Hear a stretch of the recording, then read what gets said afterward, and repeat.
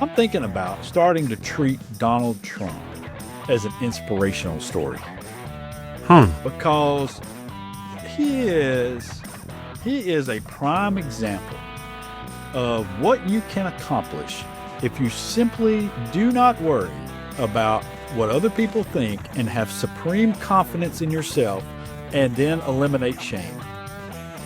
Hmm. I mean, this first of all, he may be the dumbest individual to ever set foot in the White House. All right, I'm talking about Yeah. boosters, and Yeah. I'm including Kid Yeah. Rock. Okay. All righty. Welcome in to Alabama Politics this week with Josh Moon and David Person. how are you, David? Man, it's a good day. As one of my friends always says, any day above ground is a good day. Unless you're a minor. Yeah. Well, yeah. Well, there's that. Yeah, right. Yeah. It's, and I guess it could go either way. You're underground sometimes. And also if you're, I don't know. You're underground and then also it's not necessarily if the best working job. Have you ever seen those videos of those guys going down in those mines? I've seen carts, drive. I've seen videos or photos of them coming out. And that doesn't look too good either. Oh no, man! There's you go on like the TikTok or whatever. I guess I watched one of those videos one time. So then the algorithm just continues to feed you more and more of those videos, and so then I got hit with a bunch. And man, there's nothing that makes me more anxious than being enclosed in like a really tight space, and I'm afraid I can't get out of. I mean, whew, and. Yeah. Man, I had to just get away from those damn things. I don't know how in the world those dudes do that. I mean, You got to be wired differently. I mean, that's just the way I see it. You got to be wired differently. What got me is they used to be angry that somebody was trying. Obama was trying to give them some computer programming skills. Man, give me a computer all day long. I'll figure it out. Yeah. How did we get off on this? Me saying every day above ground is a good day. Yeah, that's right. Yeah. All right. It's my fault. Because that was a perfectly normal statement. Before we get into the show here, we need to tell you about our fine sponsors over at Wind Creek Entertainment. We really appreciate what they do. We have here in a couple of weeks coming up our last show of before our break is we're going to have Stephanie Bryan, who's the CEO of PCI at Tribal Chair and all that. She's going to come on and talk about what the tribe's been doing and the growth there and just spend some time with us talking for a while. And that should be a really interesting show. I mean, I do think so. I know that they're sponsors and all that, but I mean, this is, I think it's a very, very interesting story. What? Yeah, man, sure. Yeah, I mean, the Porch Creeks and the way they have, turned around what was a horrific, experience in tribal history to become this, amazingly productive, prosperous tribe, not just in the state of Alabama, but even with enterprises outside of the state. I love it. I was telling somebody just recently, one of the things that I love about the fact that we have an affiliation with them is that we're part of, I think, a story of, I don't want to say retribution because I'm sure they don't think of it like that, but just a story of recovery and redemption. I love it, man. I love it because what was done to the indigenous people of this country was horrible. Just like what was done to the African slaves was horrible. Just like what was done to the Chinese. I mean, there are all kinds of horrific things that people have endured, or people groups have endured. But what was done to the indigenous people, and of course I'm black and I have African ancestors, but as horrific as slavery was, and it was horrible on so many levels, and Jim Crow that came after it, horrible on so many levels. But the fact that the indigenous people had their very land stolen and then were forced to move and then put on reservation. I mean, the story is it's a horrible part of American history. So I love seeing this kind of recovery and redemption story. I love it. Yeah, yeah. It's there are so many stories, and I've written about some of them. Of how they were denied educational opportunities. Denied the rights to go to schools. Into the public schools, and in Alabama for a long period of time, and how I mean, and we think about that. I mean, you know what I'm saying? Just to take the lands and do the different things, and to then also say we're not even going to allow you to be part of the public school system. It's just there's just so many things that they managed to overcome. So it's really a fantastic kind of comeback story, and especially in this state, and how they've been able to rise up, and I think it is a great story. So, but we appreciate what they do here. And listen, one of the reasons why that they are so successful is because, quite frankly, they have a fantastic product. And they do it well. They manage it well. They partner with good people. They employ Alabamians all across this state. Thousands of Alabamians. They're one of the top employers in the state overall, and the leading hospitality employer in the state. They have so many different businesses and business ventures and stuff, but their main venture is, are the casinos in Wetumpka, Atmore, and Montgomery. The two resorts that they have in Wetumpka and Atmore are really fantastic places to go. They've done them the right way. They put them up. They defied the Vegas folks, the Vegas experts who said, "Oh no, that'll never work. You'll never be able to do that there." And they did it, and they've made a boatload of money off of this because they did it the right way. And they were able to do these things, and so go and visit. You'll see what we're talking about. As I've told people many times, you're in the summer vacation season now. You're headed down to the beach. You're going to ride right by the place on 65 in Atmore. Stop, stay the night, break up the trip a little bit. If you're coming from way up north here or Tennessee, stop into the one in Wetumpka. Stay there. It's a beautiful resort. Beautiful resort. I'm telling you, you won't be disappointed in what you're doing. Enjoy the food, and enjoy the service, enjoy the hospitality of everybody there. Play the games, have a good time. There's something for the kids to do. There's arcades, there's bowling, there's a movie theater at the one in Atmore. You will not be disappointed with the stay. Go and enjoy yourselves, and tell them we sent you. Look them up online at windcreekentertainment.com and book you a stay. And also, let's remind folks real quickly, they're entering into their concert season too. Ooh, yeah. And they've got some great concerts. I can't remember who. They've got some major R&B star that's going to be down there. I think it's R&B. It's going to be down there either this month or next month. So check them out for that reason too. Great concert. Yeah, there you go. Look them up online. Everything at Wind Creek Entertainment. Just Google it, Wind Creek Entertainment. You'll find the website that has all the availability for booking a stay there, and also the full list of entertainment options and the guests who are coming as well. So y'all do that and enjoy yourselves, and then later write us back and let us know how much we helped save your life. Okay. That's basically what we're doing here. All right. Let's get into it. So did y'all enjoy your day off on Monday? I don't know if you're what day off? There was a holiday on Monday. There was a holiday. There was one that we all should have celebrated, David. Really? Okay. Yes, there's one that we all should have celebrated. It honored a great man, a great American, Jefferson Davis. Yeah, Alabama's still doing that for some reason that no one can identify. Unbelievable. Yeah, we're still honoring Jefferson Davis. And listen, you can say, well, the guy was X, Y, Z, whatever. He was a product of his time. He was this, he was that. None of it makes any sense. None of it makes any sense to honor either Jefferson Davis or Robert E. Lee, which we also still do. We still split the holiday between Robert E. Lee and Martin Luther King officially on the state website. And so we still do that. And neither one of those... Wait, I thought that was supposed to have been broken out. They didn't break that out? Not as far as I know, no.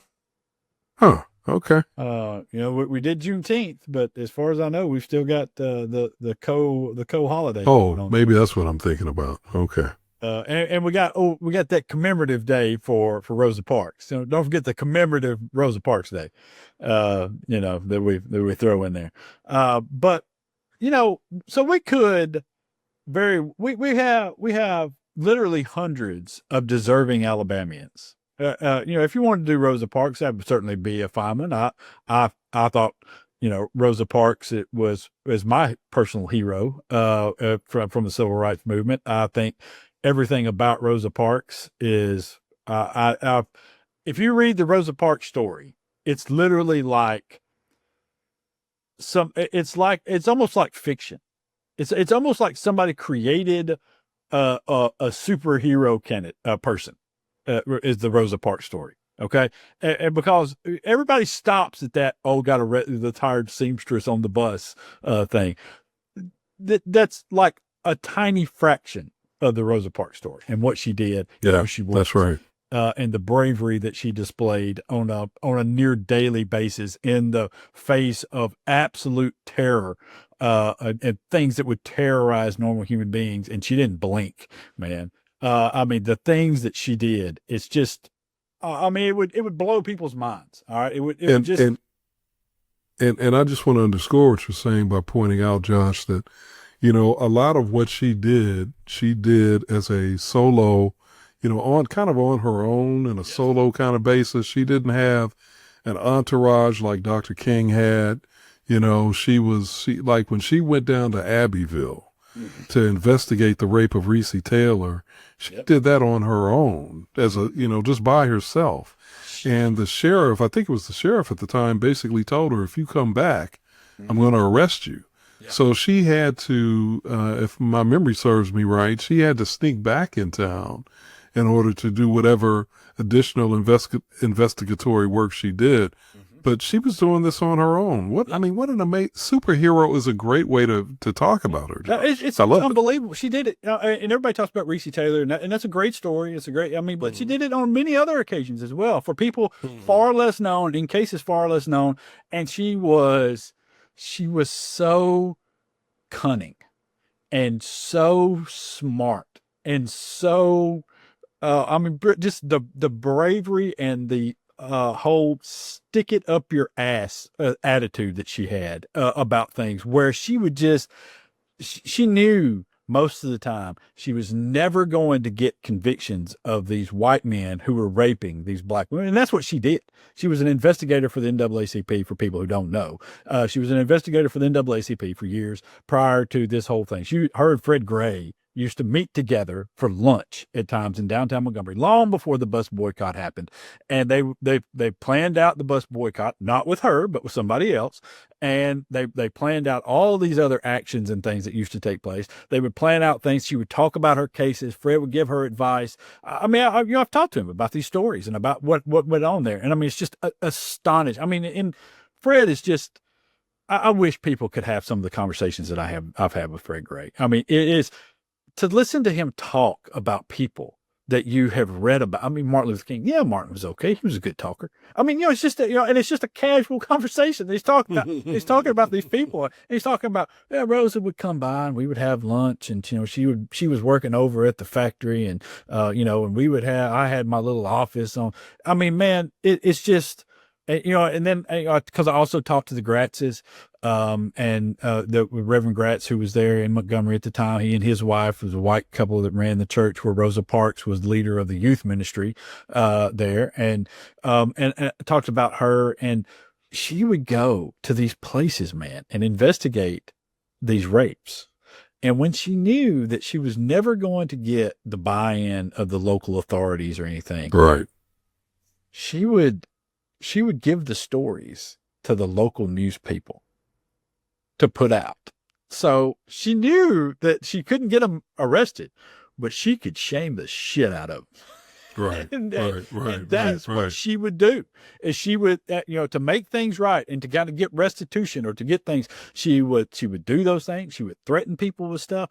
You're talking about a 5'0" lady. Yeah. Yeah. Just a Rolling into slight these little, places. slight young woman at the time. Yeah. Didn't blink, man. Yeah. Did not Yeah. blink. Knew it. And she was young too. I mean, let's think Yeah, about that. She was doing this early, in her early adulthood. yeah. She wasn't, somebody who had lived for years with tons of experience and all of that. So she was doing it at a time where many people would have been afraid, I think, Oh, to literally risk their lives, what about I wouldn't have done Yeah. it. No. Yeah. I mean, it was Yeah. one trip with him threatening me. I mean, she was threatened with all sorts of things. Yeah. And had some situations where she got into that she was, sexually assaulted as well. And, and so that was, it was, that was that time. And she never quit doing that sort of thing. And I'm telling you, it just, I know we've gone off on a whole other side thing here, but it's always worth it. I mean, like, as I've told people before, I've thought so much of her and her story, they named a daughter after her. Or I didn't, my wife and I named our daughter after her, okay, to be clear. And because that is, I mean, it's who I would dream of her growing up to emulate, that Yeah. person.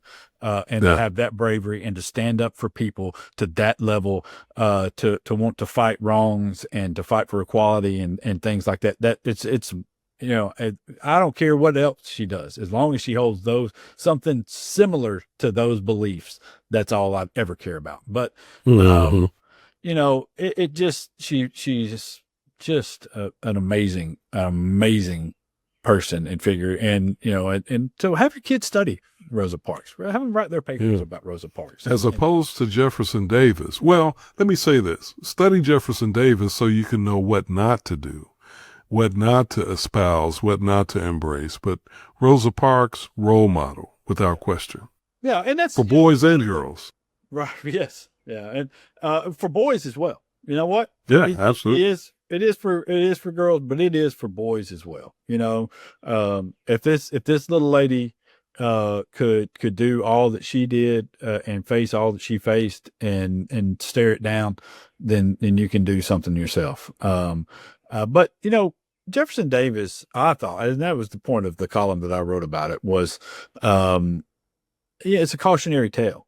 That one that I think that we should all realize that we're basically living in right now, with the same sort of individual, where you have an inept, incompetent individual, with hatefulness and an oversized ego, who is obviously a narcissist and who has no interest in serving anyone other than himself and benefiting himself and his family. And was Jefferson Davis, and he was a major reason why we had 600,000 dead Americans.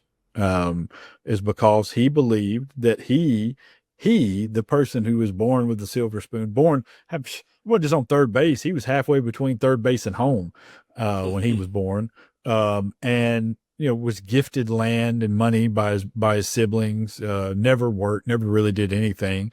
Bought, enslaved hundreds of human beings, and always believed that he was somehow deserving or of a stature that would allow him to treat other human beings as animals, and that's what was worth fighting for in his eyes. That's what we have now. Yeah. One thing I really appreciated about that column was the parallel, because I didn't realize, I hadn't really studied Jefferson Davis much, kind of read about him casually, but the parallels that you drew between the kind of leader he was and the kind of leader that we have today in the President of the United States was really eye-opening for me. History repeats itself. Yeah. It definitely repeats itself. Yeah. It's, they're not 100% similar. Obviously they're not, the situations are a tad bit different, but I think overall, the point I was making there was you have Personality people, type though. Yeah. Yeah. Their personalities, their belief systems, their egos, their narcissism is very, very, very similar. And then also this idea that, you know, a family created legacy is passed on to a person who then, as you I think alluded to, proceeds as though they were, you know, they hit a home run when we didn't hit a home run, you know? Yeah. It's, you know, I told someone, I think Bill Britt, I was having a conversation with him the other day, and I said, you know, I'm thinking about starting to treat Donald Trump as an inspirational story. Because he is a prime example of what you can accomplish if you simply do not worry about what other people think and have supreme confidence in yourself, and then eliminate shame. I mean, this first of all, he may be the dumbest individual to ever set foot in the White House. All right. I'm talking about visitors, and I'm including Kid Rock. Okay. And I think he may be the absolute dumbest to have ever set foot in there. And, you know, the pushback on this from the right and from the magazines is always, well, I mean, look at how successful he was as a businessman. He's not. He's not successful as a businessman. He's successful as a grifter. He's successful as a con artist. That's what he has done. And you look at all of his businesses, he's ripped all of them to shreds. All of them. But he was gifted such a head start in life that he's been able to just continually maneuver those failures into some sort of money-making scheme. And what really saved him, more than any of his businesses, more than any of his stuff that he'd ever did, was the stupid reality TV show. Okay? That's where he made That's really what did it. That's really what did it. That's where he became this, it changed the way people thought of him, because most people thought of him when that TV show started as basically a failed businessman. I know people don't remember this because we don't remember anything that happened past 15 minutes ago anymore, but that's the way most Americans thought of him. Listen, and people think of it now and like this, oh, you're just saying that because you hate him or whatever. Nobody hated Donald Trump at that point. Okay. It was, there was no hate. There was no light. Everybody was just indifferent to Donald Trump. He was just a dude, you know. He was just the guy that everybody kind of knew who he was. And he'd been in the Home Alone movie. You know, he was around at wrestling society pages, hung out with rappers, that kind of thing. He was a Kardashian, basically. Yeah, I think that's a good way to look at it. He was a Kardashian. Yeah, he was a dumber Kardashian. Okay. Mm-hmm.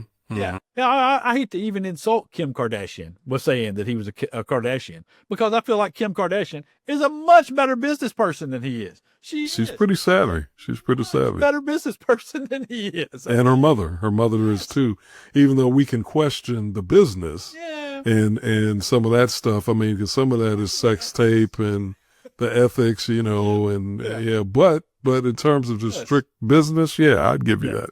Yeah, I mean, I think Kim Kardashian and some of the things that she's done, and some of the younger ones, you know, that the way they've been able to cash in on certain things, and the way they've been able to use it and market themselves and market their products.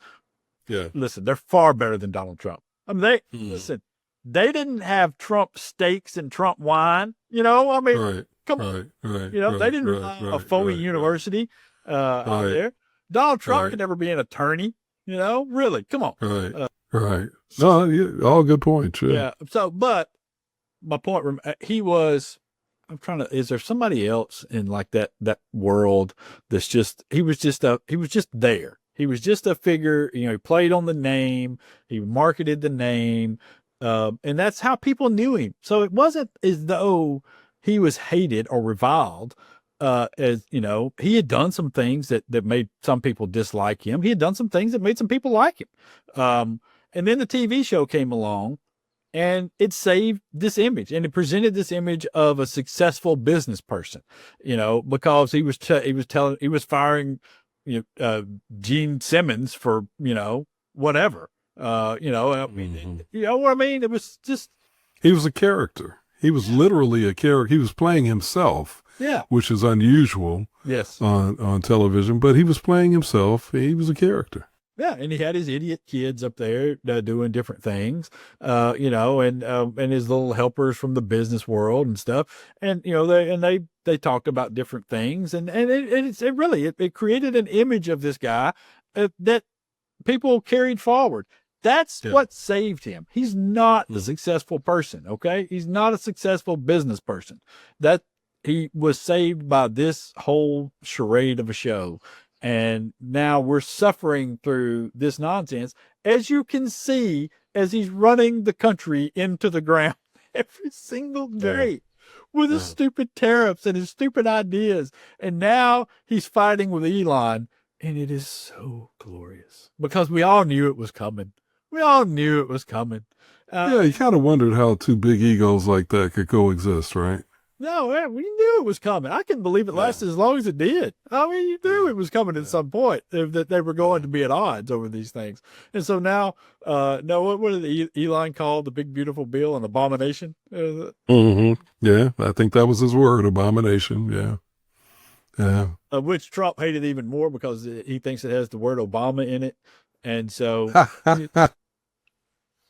That's funny. I like that.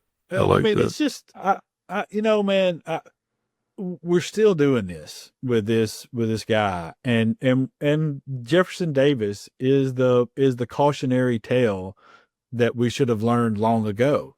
Yep. But I did towards the end of that, I pointed out one other thing that should also be a cautionary tale is we should realize that the other side of this is not going to admit defeat ever. Right. They're not going to admit that they were wrong. They're never going to admit that they did detestable, deplorable things. They're not going to take responsibility for these things. They're going to shove it off. They're going to try to rewrite history with a lost cause narrative. They're going to try to tell you that what you experienced is not what you experienced. They're going to try to tell you, shit, they've already done it. Well, look at COVID. COVID is the prime example of this damn thing. All of a sudden, COVID just disappeared and people talk about it like it was nothing. 1 million people died. 1 million people died. Yeah. It was the worst death rate in American history, including World War II. All right. It was the worst death rate we've ever had. And people talk about it now like we were morons for trying to mitigate it. All right. And now they're trying to prosecute Fauci or whatever. This is what they do. They will never, ever admit it. And if you fall for their nonsense and you fall into this trap like the last president did of not holding them accountable for these things and not holding them accountable quickly for these things and not doing what other countries have done and holding somebody like Trump responsible for the coup that he tried to pull off, they will never go away. They'll never stop this. They'll never stop it. They'll just turn it into something else. They'll rewrite it and they'll keep going because they are convinced that they are the only ones who are right ever. Got to push back. Yeah. All right. Let's slide out of here. Well, we're going to come back. I'm sorry. Go ahead. Yeah, real quick. It's Babyface. Babyface is going to be at Wind Creek Wetumpka in July. I have not heard that name in a long time. Babyface. Yeah, man. Babyface. One of the most prolific pop and R&B songwriters and performers of the 1990s. Babyface, I was trying to think about the music from Babyface.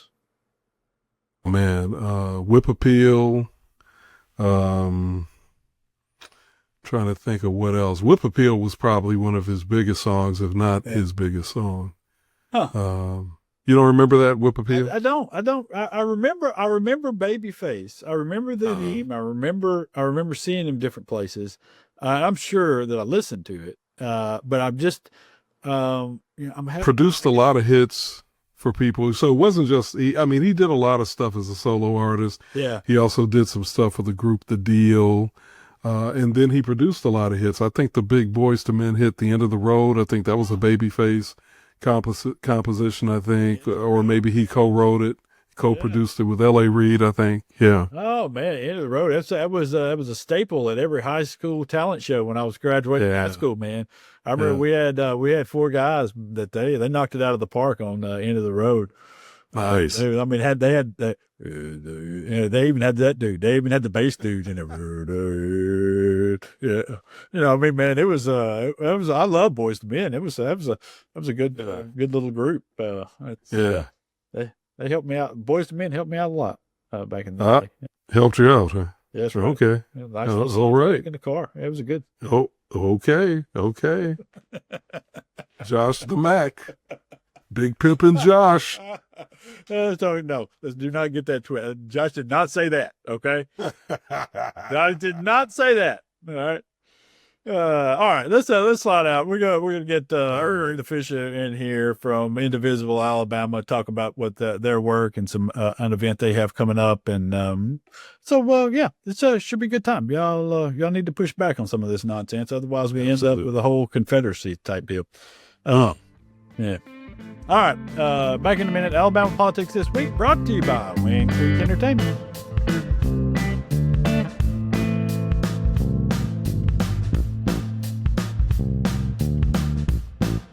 All righty, welcome back. Alabama Politics This Week. Josh Moon, David Person, and we're happy now to be joined by the president of Indivisible Alabama, as Linda Fisher.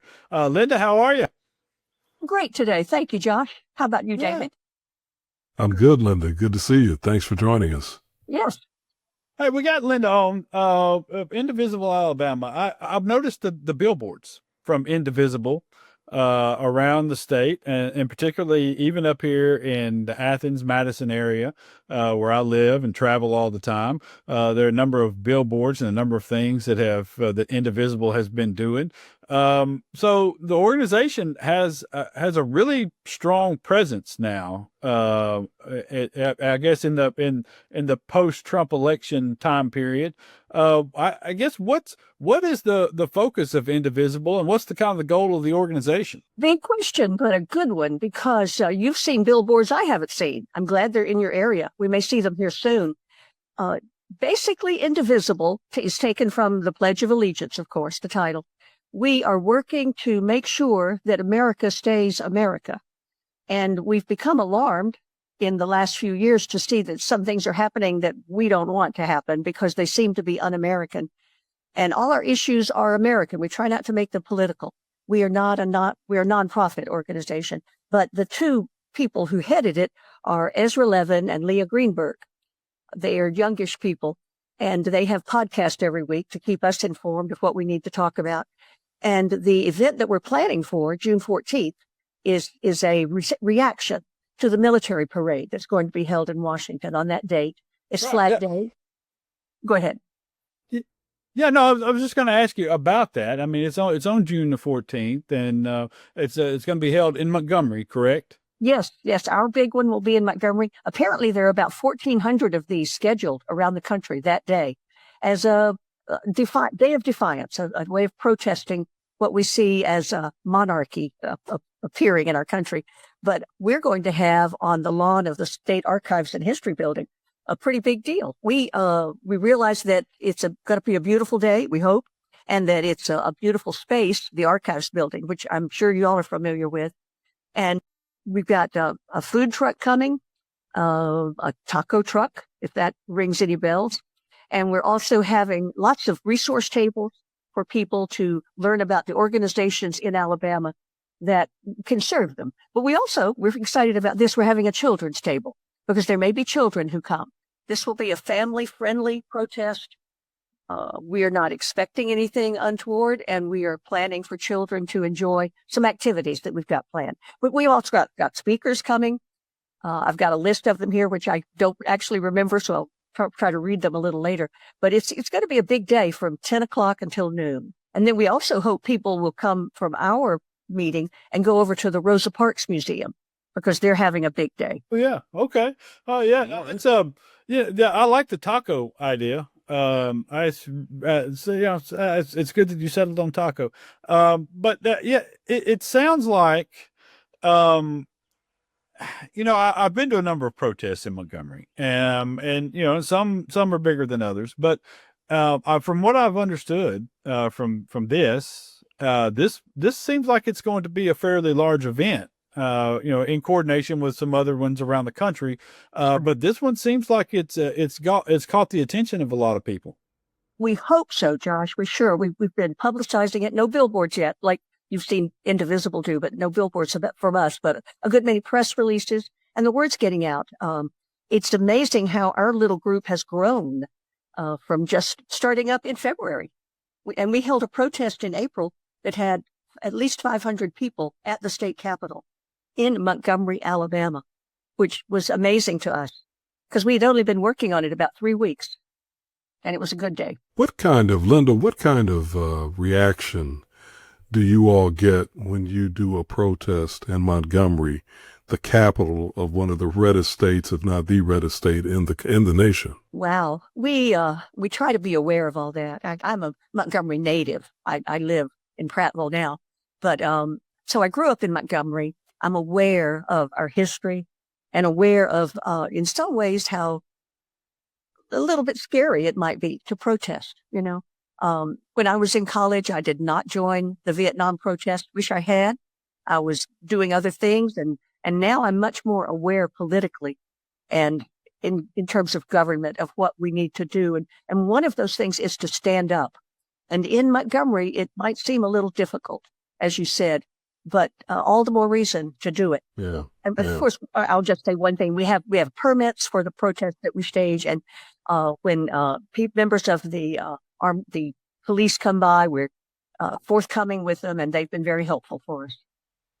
Beautiful, beautiful. So you're doing this in conjunction with this No Kings Day movement around the country, or protest around the country. And can you just kind of lay out for folks who may not be aware of what this No Kings protest movement is all about, kind of lay out for them what you're referring to and why this matters? I'd love to do that. Not just me, but lots of other people, including Ezra and Leah of Indivisible, have been noticing a lean toward monarchy. If you even look, for instance, at the latest bill that's before the Senate now, the BBB, you see in it evidence that the law is not going to apply to everyone.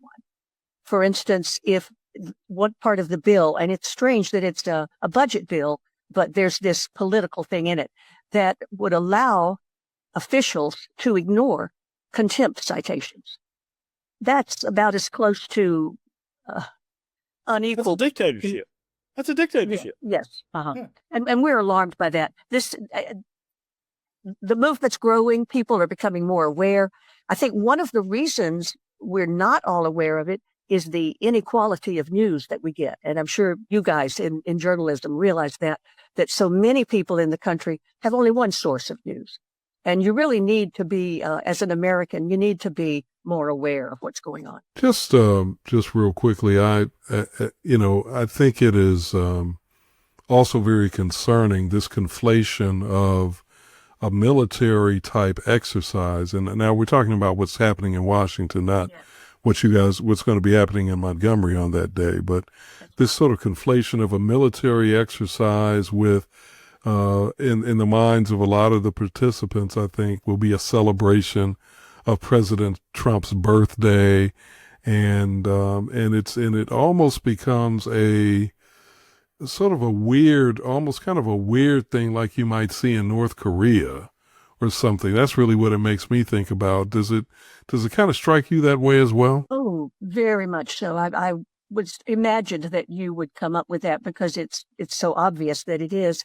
And one really strange thing about this is that Trump thought of the idea several years ago in his first administration and was told that the cost would be like $92 million. And there would be millions of dollars to repair the streets of D.C. after the East Coast lakes roll over them. And I've been reading up on this one. The cost for this one supposedly is about $25 million. And I don't think costs have gone down that much in the years that have been since then. So it's probably going to be more than 25 million, but 16 million, as I said, to repair the streets of Washington. They're going to have about 28 Abrams tanks. They're already on railroad cars on their way to D.C. There will be 50 helicopters and lots of other military might that's almost frightening to think about as evidence of our patriotism on Flag Day. So there are lots of things going into this, and people are just alarmed, as you said, that it's almost like a dear leader approach to the military. Yeah, I remember growing up. My dad was in the Air Force, was in Vietnam. And I talked to him about it, and he is. I've never seen anybody angrier about an administration and about their use of the military and about but he's always been a person, I think, like a lot of people of that generation, who didn't rely on the military or military service to necessarily define them. And I think a lot of people younger, even folks, fought in World War II and, saved the country, saved the world, for that matter. They were very cautious in the level of reverence, I guess, that they had for the military. And they almost seem to in a lot of cases warn others about this reverence, and about the dangers of that reverence of the military and how we could so quickly be caught up in that. And I think we see it a lot now, and not only the military, but also in the reverence to police officers. And I mean, we look across Alabama, for example, and we've got entire police departments that have had to be disbanded, because, they've turned into criminal organizations. And, we've had officers left and right get busted for this and for that, while simultaneously we have a legislature that just gave them, more rights, and restricted the rights of individuals to hold them accountable. Yeah. And so I guess, when y'all kind of get together and talk about this, is an overarching theme of this kind of runaway military mindset, this idea that we're giving this away to these folks. And I don't know that this is the way that this country was set up and was ever intended. I think you nailed it there. Yes, we are very concerned about all of that. As you spoke, I thought of two things that are relevant. Remember Ike? He was one of the first presidential candidates that I remember. I remember waking up on election day and saying, "Mom, did Ike win?" And I was young. But he warned about the military-industrial complex, and he was one to know, having been head of the Allied forces in Europe in World War II, and then what was his rank? 4-star general, I think. But he would have known about all of that. And the other thing to think about, too, is how could this money be spent better? For one thing, veterans are being let go from their federal jobs. What's happened to them? I want to see some human interest stories, you guys, on veterans in Alabama who've lost their jobs and who are in deep trouble. My heart goes out to those people. And if that makes me a bleeding heart liberal, so be it. But we're concerned that the country is heading toward, well, here's another thing, too. You remember that quote from, I think, Upton Sinclair? When fascism comes to America, it will be wearing a cross and wrapped in a flag. And those are the things that we are worried about. We see signs of it. And, maybe we're overly alarmed, but I don't think we'll be sorry in a few years that we've done this. It doesn't seem like overly alarmed is the problem. You know what I mean? It doesn't, of all the issues we have, folks being worried about it does not seem to be the problem.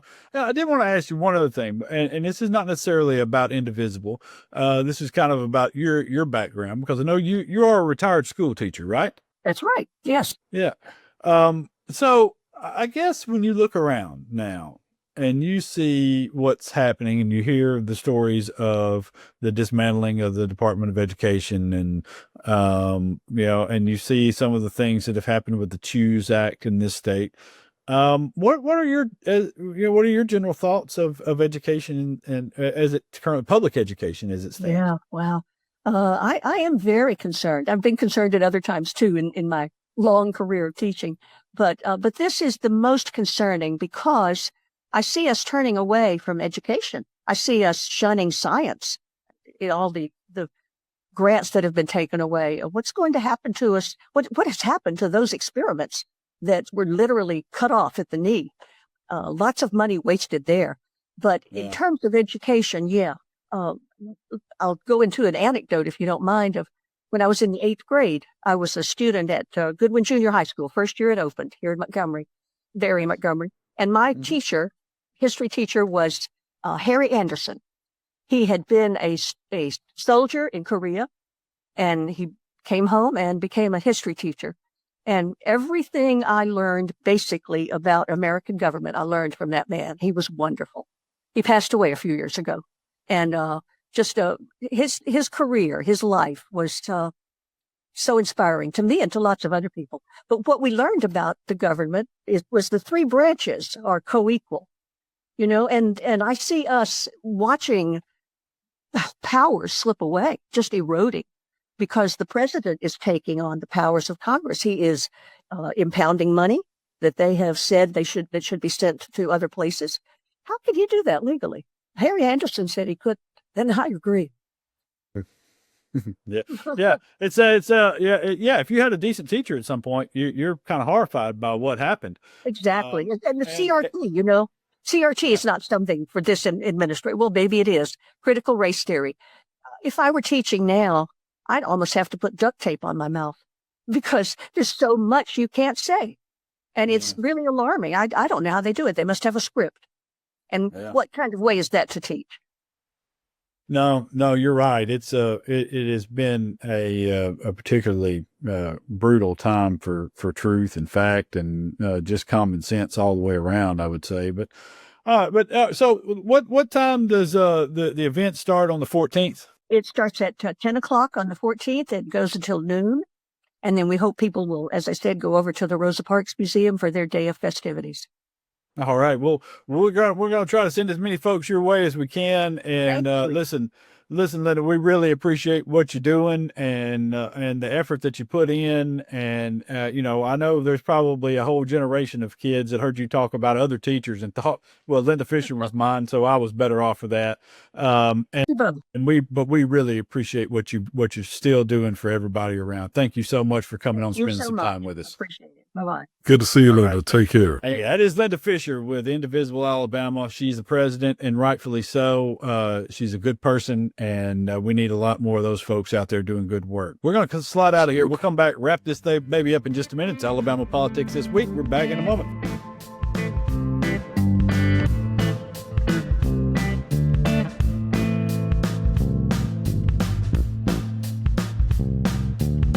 All righty. Welcome back. Joshua David Person.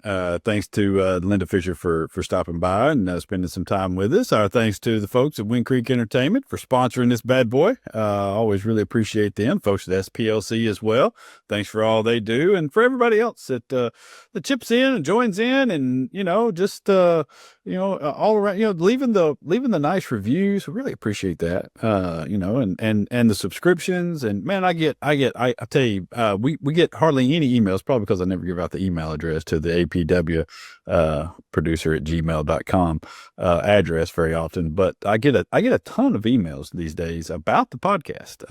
I read probably almost as many emails. Well, it depends. So we have this thing that, and I have no idea how it works at APR, where some of our stuff lands on Flipboard. The app Flipboard, or you can just kind of flip through. And so some of our stuff lands on there, and I can always tell when one of my columns has landed on Flipboard, because I get a ton of emails from people, and they're from all over the country. So I know when I wake up and there are emails already from Pennsylvania and wherever, and they're just from all these different out of state emails that it has landed and has caught on Flipboard. And so but yeah, it's I don't know exactly how it happens, but and why certain ones do and certain other ones do not. not land on Florida. I have no idea what the process of selection is there. But regardless, I still get almost as many emails about the podcast now as I do about that stuff, and people are. They really like the conversations. They really like the conversations that we have. They like the conversations that we have and the guests that we have on, because mostly they're guests that nobody else has on. Nobody else talks to. Nobody else, even some of the more important guests that we have on, like, Stephen Reed, Doug Jones. I mean, when's the last time Doug Jones has been on a radio station in Alabama? Man, yeah, probably years, right? Yeah, I mean, it's, we see him on MSNBC all the time, on other networks and stuff, and he's got, Sirius XM, of course, he's got, will co-host a show from time to time, fill in as a host on different shows, but, so just somebody as simple as that, much less all the folks from the legislature and things. I think that people have kind of caught on to, you can come in here and hear a decent conversation and get people's ideas, and a better understanding of what Democrats and more progressive people are trying to do and what they're trying to accomplish and what their plans are.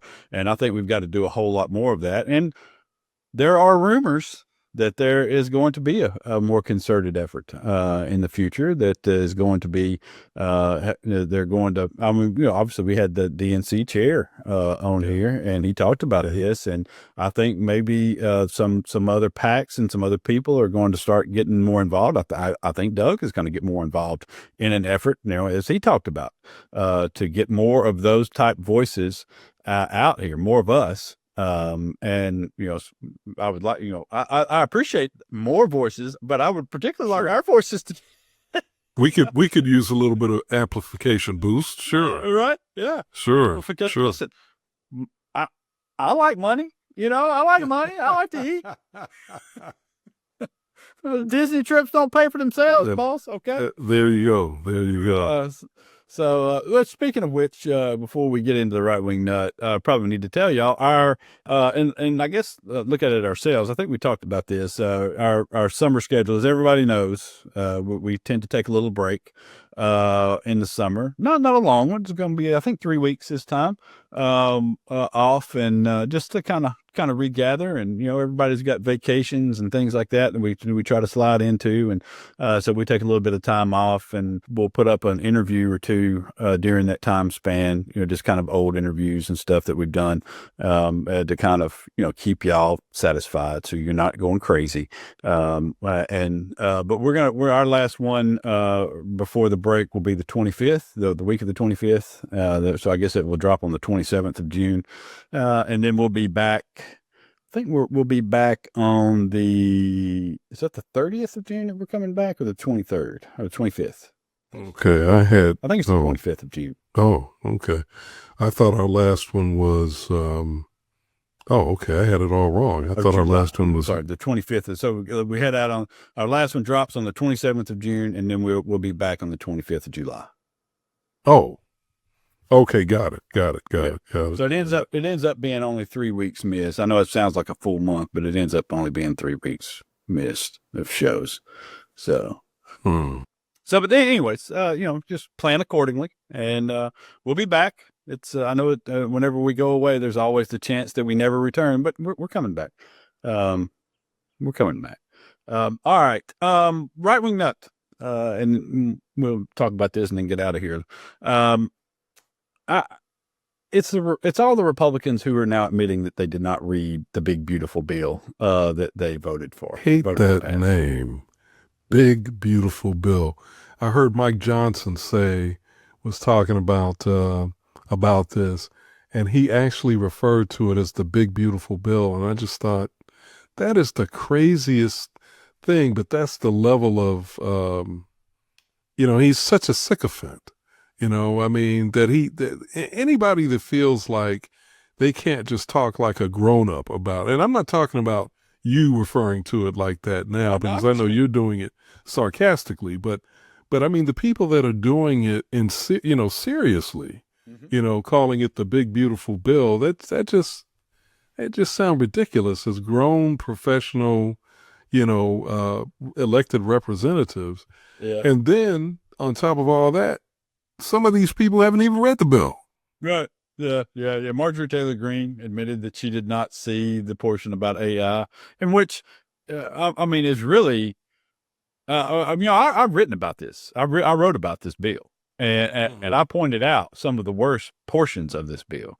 And I didn't touch on the AI bill, but it is bad because Alabama has AI laws that have been passed, and under this bill, if it's passed, it would strip away those laws.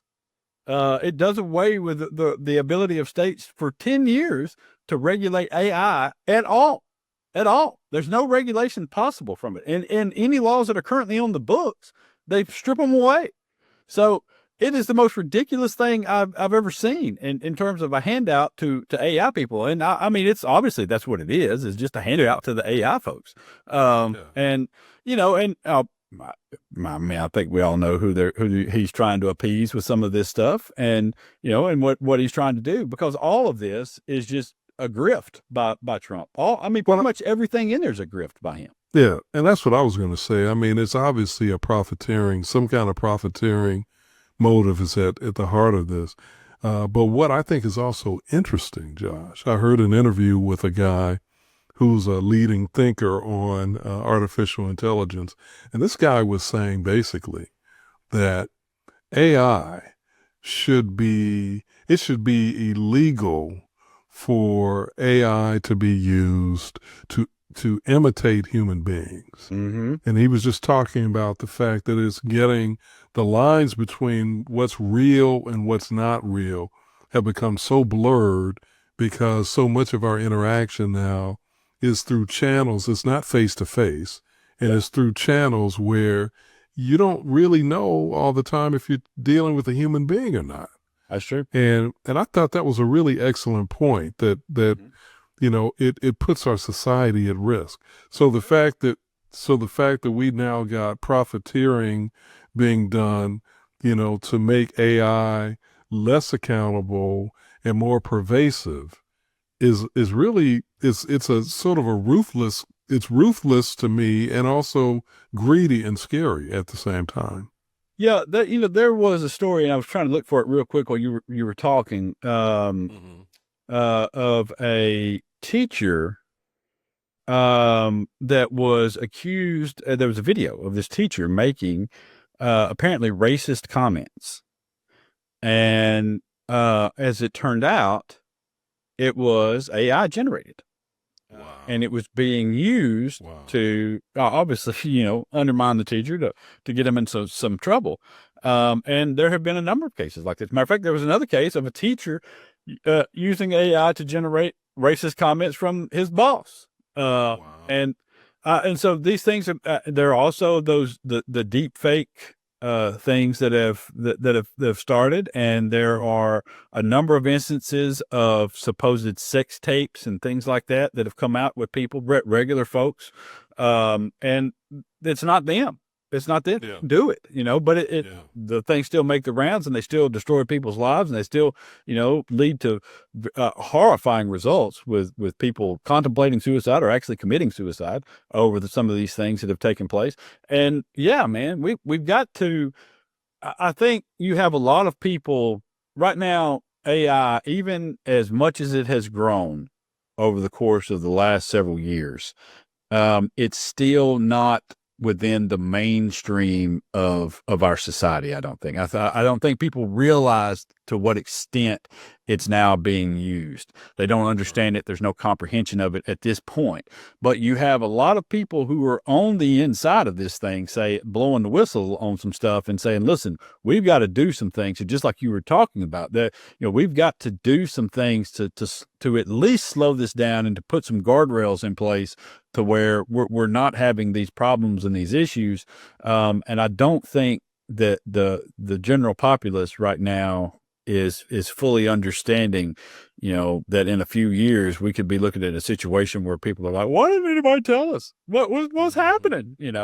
And that the people who are on the inside are telling you right now, and we're not paying enough attention to it. And then you have the grifter in chief, who is up here, just looking for every opportunity. we have. That's right. I mean, Anyhow, there are very few times when I say, kudos to the Alabama legislature, but kudos to the Alabama legislature for attempting at this point to put in, and Kay Ivey, who put the task force in place, and I felt like it was nobody. This is one of those things where this is how I think you can distinguish at this point. This is probably a good lesson for people. This is how you can distinguish between good governance and governance for show.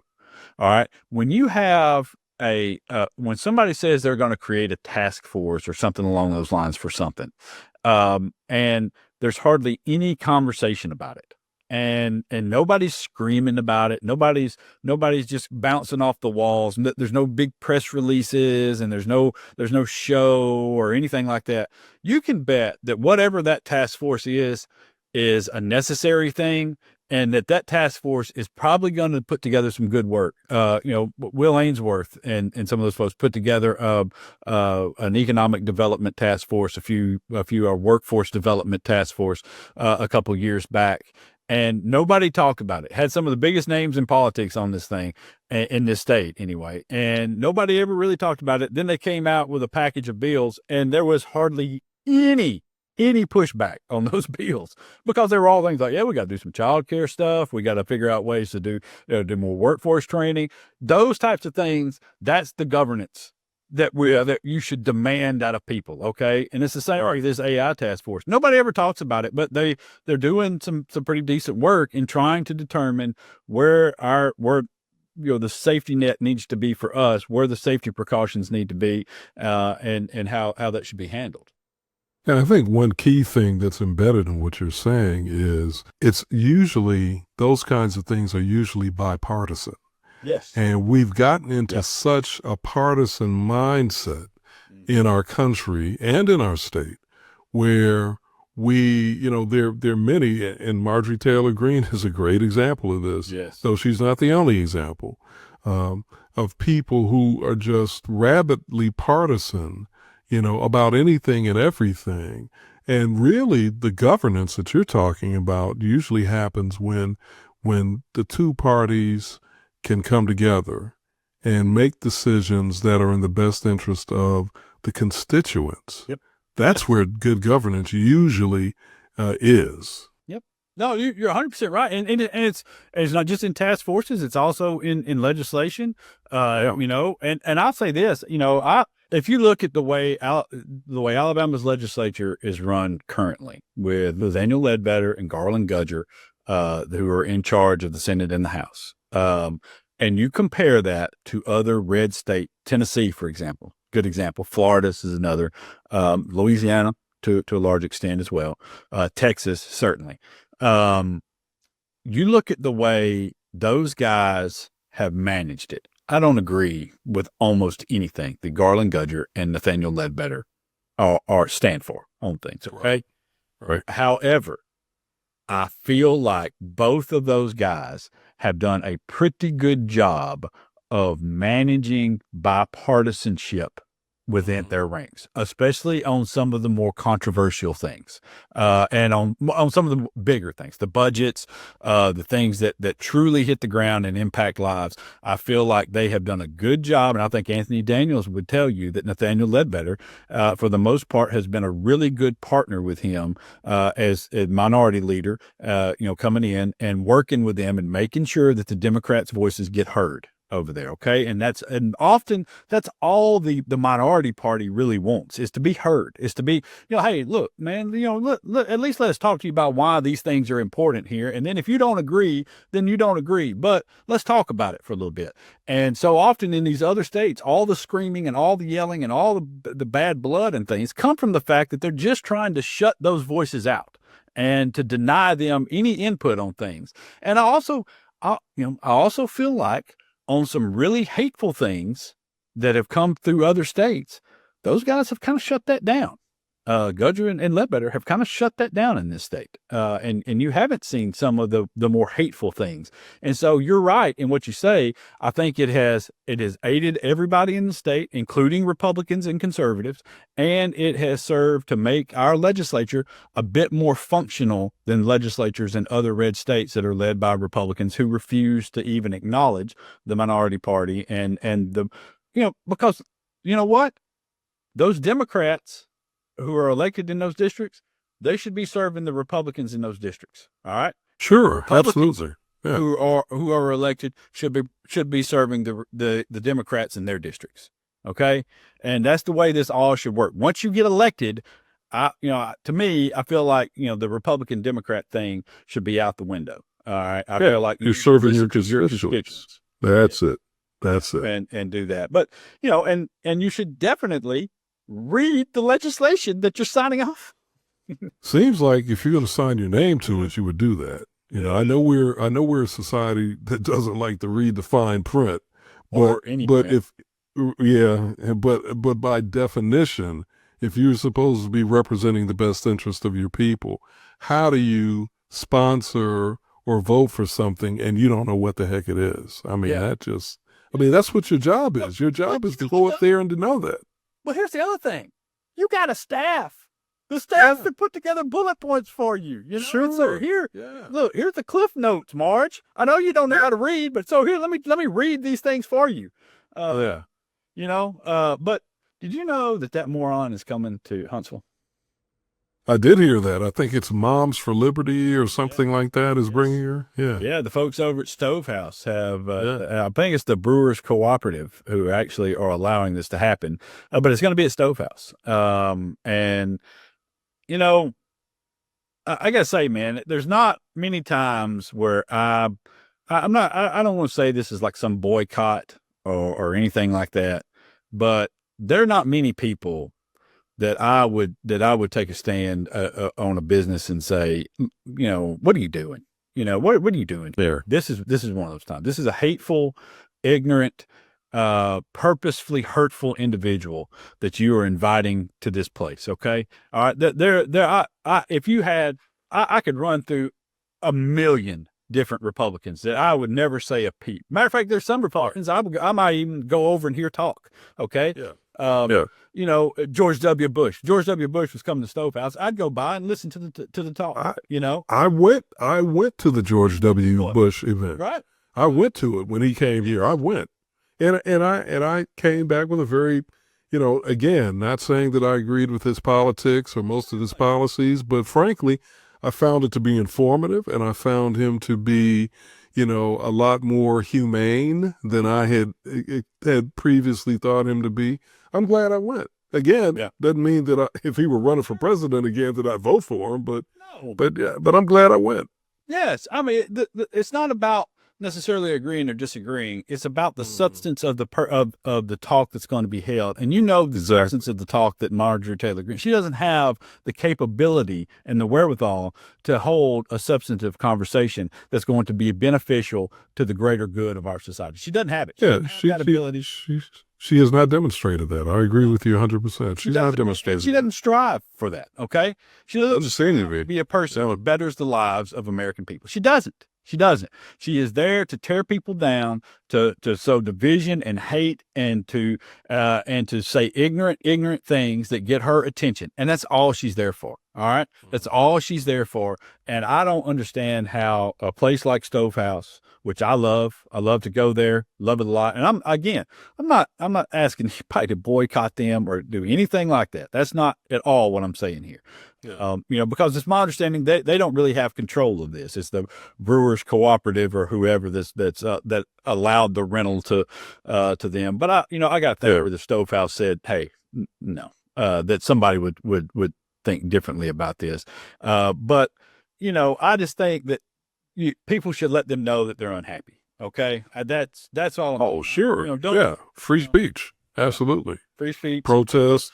Protest. Even if people opt to boycott the Brewers Collective or Yeah. Stovehouse. I think, that, hey, that's free speech in America. Capitalist society, so it's how we roll, and you're free and to do that. And I wish they would rethink that, because I think there are much better people that they could have that would be much more representative of the kind of, it's my understanding that Stovehouse has always strove to be an inclusive collective group.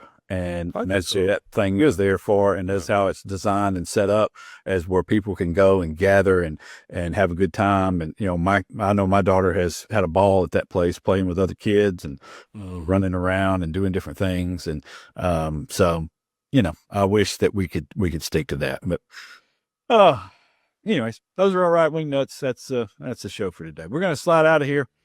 Till next week, y'all be safe out there. Peace.